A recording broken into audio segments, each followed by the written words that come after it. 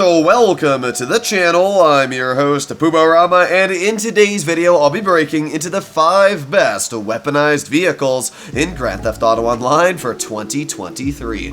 Defending yourself in Grand Theft Auto Online is by far one of the most important things to do, because let's be honest, if you can't defend yourself nowadays in a public session, you are quite quickly going to be overcome by griefers using jets or just about any sort of weaponized vehicle. So I'm not really going to be going over the top 5 best vehicles in order of, 1 being the worst and 5 being the best. This is just going to be the 5 best weaponized vehicles in the game, and you can decide which one is your favorite just by what they're kind of good at. The first one we're going to be breaking into is obviously the one I'm driving. This is the Deluxo. From a beginner's eyes, the Deluxo looks like your ordinary car, just a DeLorean. However, the Deluxo has a couple special features. The biggest one is the ability to fly. Being able to fly is huge for a couple reasons. First of all, the Deluxo may not be very fast, but because it's so nimble on turning, if somebody even shoots a Mark II missile at you, you have the ability to instantly evade that missile if you're flying towards it, which is absolutely fantastic. Not to mention, the Deluxo also fires the Mark II missiles, which are the most accurate missiles in the game. And even if an Oppressor Mark II is chasing you, you can instantly turn, keep up with it, and just absolutely destroy them out of the sky. Honestly, the Deluxo is pretty dang strong for everything considered. The fact that it can very easily evade missiles, the fact that it can shoot non-stop missiles until it runs out, it's like 20 or so. It's also got machine guns, which are nice. I wouldn't really say the machine guns are anything special, but they can definitely get the job done. As well, if there's somebody on ground trying to shoot you, one of the best things to do with the Deluxo is just tilt the front upward like this, and then people cannot shoot into the car. Now, obviously, they can shoot missiles at you, but it's very hard to hit the Deluxo with a missile as long as you're just moving back and forth. And all you need to do is, after they're shooting at you, just plop down, shoot a missile at them, go back up. It is a very, very easy thing to do, and it will quickly overcome anybody shooting at you. The Deluxo overall is an absolutely fantastic car. The only real downside is the price tag coming in close to $3 million. But if you got enough money to blow, this is definitely one of the best vehicles in the game to get, especially because on ground it is one of the fastest sports classics in the game. Up next, we have the Oppressor. This is an oldie, but absolutely still gold. The Oppressor fires missiles, just like the Oppressor Mark II. It has non-stop missiles. It's just like the Mark II, though, on the fact that it does not carry fantastic missiles. They're just the normal homing missiles after Rockstar nerfed not only the Oppressor Mark II, but as well the normal Oppressor's missiles got nerfed in the process, which is kind of a shame, but at least the Oppressor still does have missiles, and it's able to just non-stop shoot them. Now, one thing that is great about the Oppressor is that it is very, very quick, especially at evading people, missiles, or really anything trying to get shot at you. The Oppressor can easily just, oh look, there's a missile coming after me, psych, and then you can just launch away. So that is one of the great things about the Oppressor, and I would definitely say over the Oppressor Mark II is the fact that it can instantly really evade something, go out of flying mode, dip to the ground, get a boost. Now, once you're obviously out of your boost, you gotta be careful. But it is very nice just how quick the Oppressor can make a 180, do a quick turn, and then get back onto the track of whoever's trying to chase it. As well, the major advantage the Oppressor has over the Mark II is being able to spawn it.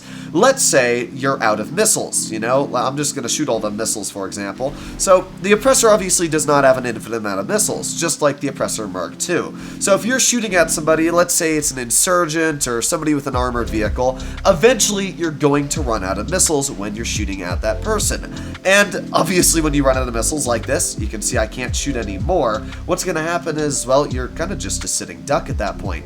However, if you just go into your Motorcycle Club interaction menu, you can despawn the vehicle, and then boom, spawn it back. And that's right, that's how quick it is. I now have a fully stocked and loaded Oppressor, once again with missiles. That right there is how easy it is to spawn in the Oppressor. Now, the next vehicle in the list is going to be the Oppressor Mark II. And the Oppressor Mark II is also incredibly easy to spawn in. we're just going to despawn this through the interaction menu, and then we go and look for the Oppressor Mark II, which is blown up, so I guess I gotta go. Alright, we got out the Oppressor Mark II, and I will definitely say the Oppressor Mark II is better in some situations and worse in others. The main advantage the Oppressor Mark II has is speed.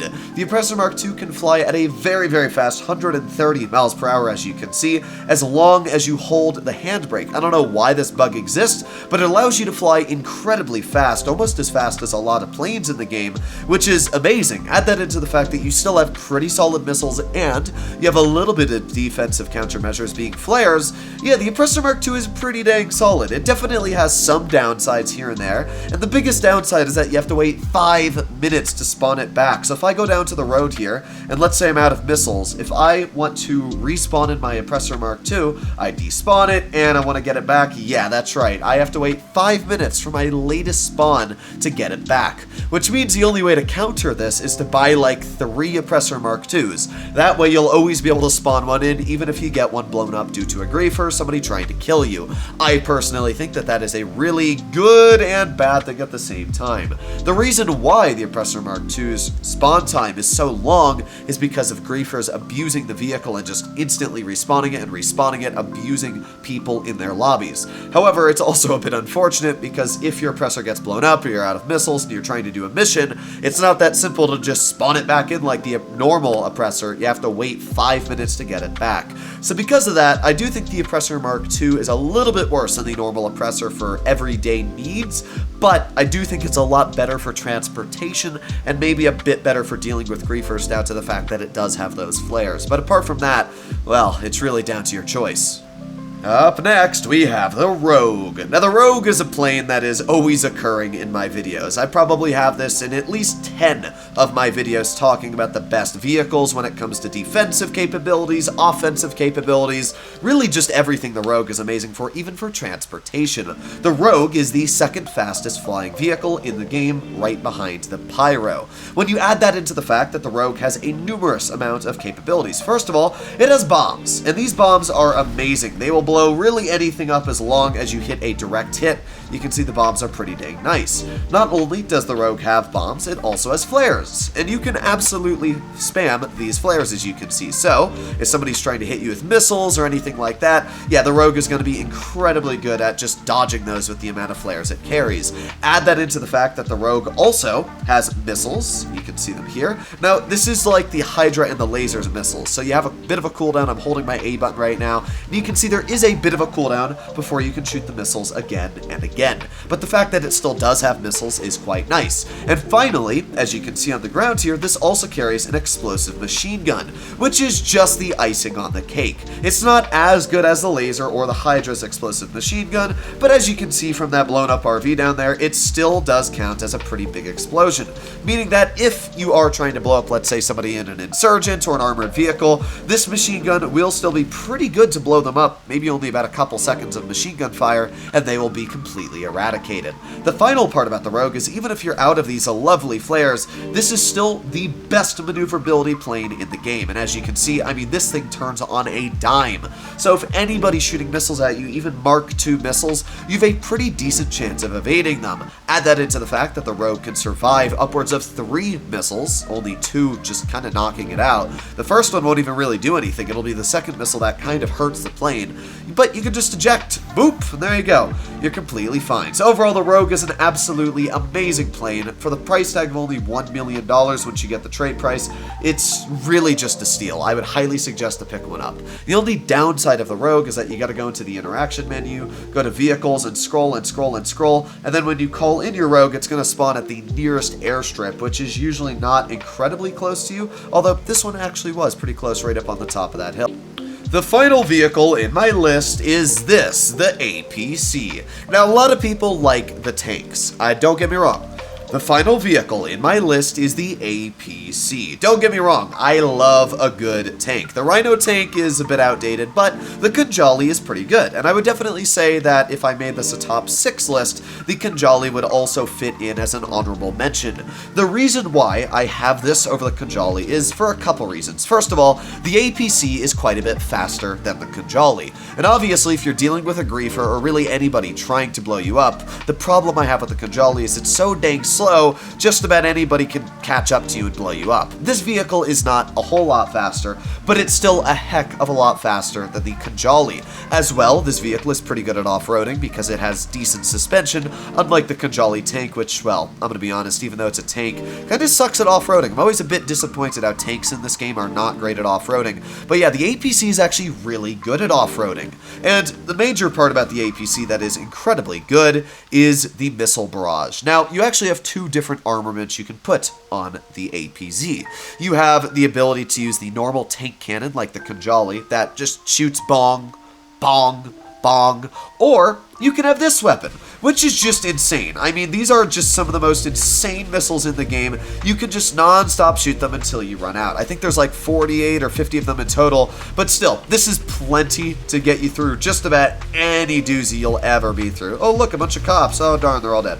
I mean, the APZ is insane on that capability, and you just need to hold right on the D-pad for a couple seconds to get into that seat, shoot them all, and then you can go back to driving. If you have two people in the vehicle, the second person can control them, and as well, I should point out, because this is a gun-running vehicle, it can drop proximity mines, which will, well, let's say this little car here, goodbye! Yeah, the APC is just insane on that aspect as well. There's also one final nail in the coffin that makes the APC a lot better than the tank, in my opinion, and that is the fact that the APC can float, just like some APCs in real life. So I can just go right into the water and make my way across the Alamo Sea, which you cannot do in a lot of vehicles in this game. And by the way, it's actually decently fast as well in the water. So there you have it, ladies and gentlemen. This is my top 5 picks for the best weaponized vehicles in Grand Theft Auto Online. And by the way, I should also point out that even while you're in the water, you can still control the missiles on the APC, which is pretty dang cool. You do have to put the vehicle at a stop, which does take a bit of effort, but if there is somebody trying to chase you, it's still pretty dang nice that you can go into the missiles and then boop, there you go. So there you have it, ladies and gentlemen. This is my top 5 list. Let me know what you guys think about it in the comments down below. And at the end of the day, do please realize that this is just my opinion, and obviously everybody else can have their own opinions as well. I'll see you in the next one. Bye-bye.